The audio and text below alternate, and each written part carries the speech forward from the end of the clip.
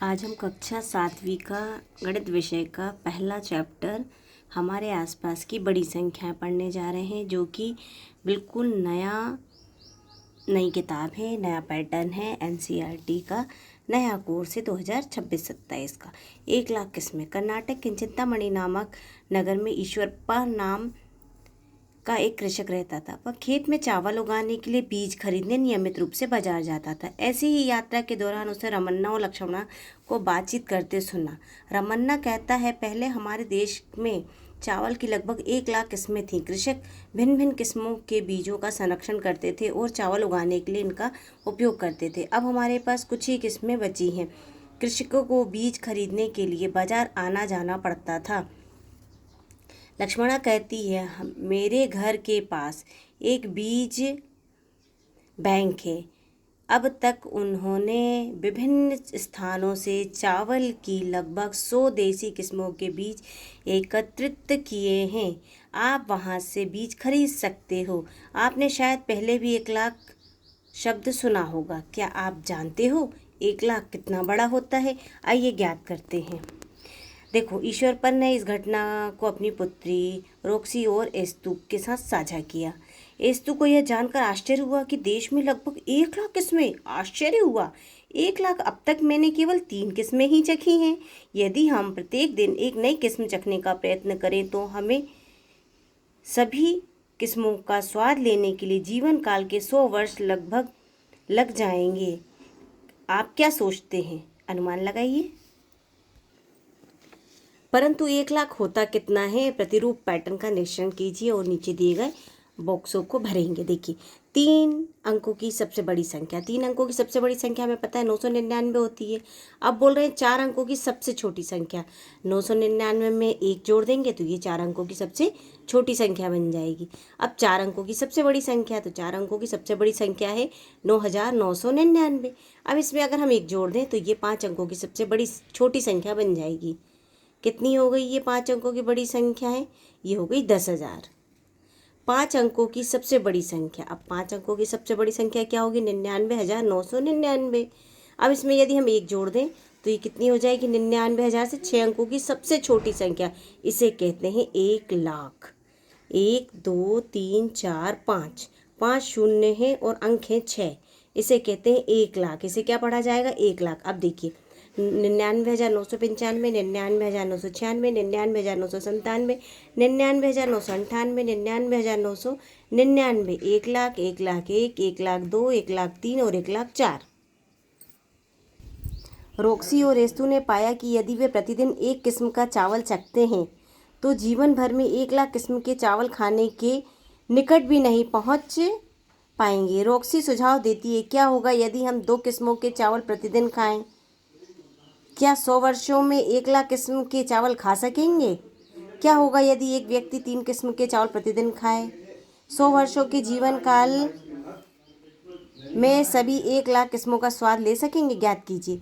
एस्तु कहता है, हम जानते हैं कि यदि हम अधिवर्ष लीप ईयर को अनदेखा कर दें तो एक वर्ष में 365 दिन होते हैं। यदि हम वाय वर्ष तक जीवित रहते हैं तो हमारे जीवन काल में दिनों की संख्याएं इंटू कर देंगे होगी। y के लिए एक संख्या चुनिए। y के लिए y वर्षों में दिनों की संख्या 1 लाख के कितने निकट है? 2011 की जनगणना के अनुसार चिंतामणि नगर की जनसंख्या जो थी वो 75,000 थी। तो 75,000 1 लाख से कितनी कम है? तो हमने 1 लाख से 75,000 को घटाया तो यहाँ आ गया 25,000। तो 75,000 जो है वो 1 लाख से 25,000 कम है। अगला प्रश्न, वर्ष 2024 में चिंतामणि नगर की अनुमानित जनसंख्या 1,06,000 थी। कब? 6 में। 1,06,000 1 लाख से कितनी ज़्यादा है? तो हमने 1,06,000 से 1 लाख को घटा दिया तो 6,000 ज़्यादा है। अगला प्रश्न, 2011 से 2024 तक चिंतामणि नगर की जनसंख्या कितनी बढ़ी? तो 1,06,000 से हमने, क्योंकि ये इतनी बड़ी थी, वो पहले क्या थी? 75,000। तो 1,06,000 से 75,000 घटा दिया तो उत्तर हमारा आया 31,000। तो जनसंख्या कितनी बढ़ी? 31,000। अगला देखते हैं हम, बड़ी संख्या की अनुभूति। हो सकता है कि आपको इस तरह के रोचक तथ्य पता चले हों। गुजरात में स्थित सरदार वल्लभ भाई पटेल की एकता की प्रतिमा विश्व की सबसे ऊंची प्रतिमा है। इसकी ऊंचाई 180 मीटर है। कहा जाता है कि कर्नाटक में कुंचिकल जलप्रपात लगभग 450 मीटर ऊंचाई से गिरता है। यह अनुमान लगा पाना सदैव सरल नहीं होता कि ये माप कितने बड़े हैं, परंतु जब हम उनकी तुलना पहले से परिचित किसी वस्तु के साथ करते हैं तब हमें उनके आकार की बेहतर समझ होती है। आइए एक उदाहरण देखते हैं। दाईं ओर देखिए, हमारे पास एक चित्र है।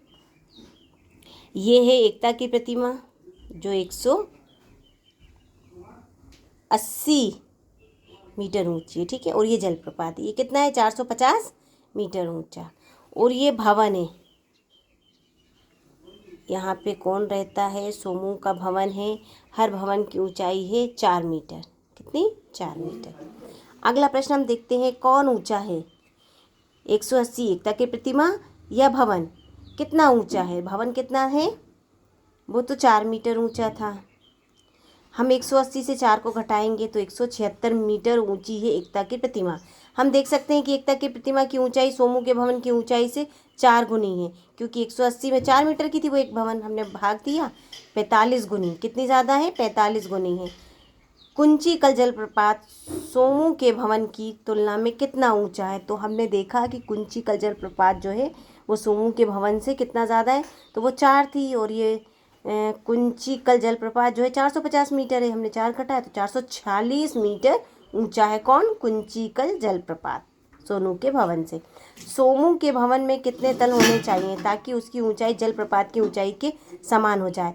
तो हम 450 से में 4 का भाग देंगे तो आएगा 112.5। मतलब अगर उसके समान करनी है तो उसके जो तल है, मतलब जो फ्लोर है, वो 112 या 113 तल होना चाहिए। इतनी बिल्डिंग होना चाहिए, 112 फ्लोर तल या 113 तल होने पर वह जलप्रपात जितना ऊंचा होगा। ये है जलप्रपात और ये है सोमू का भवन।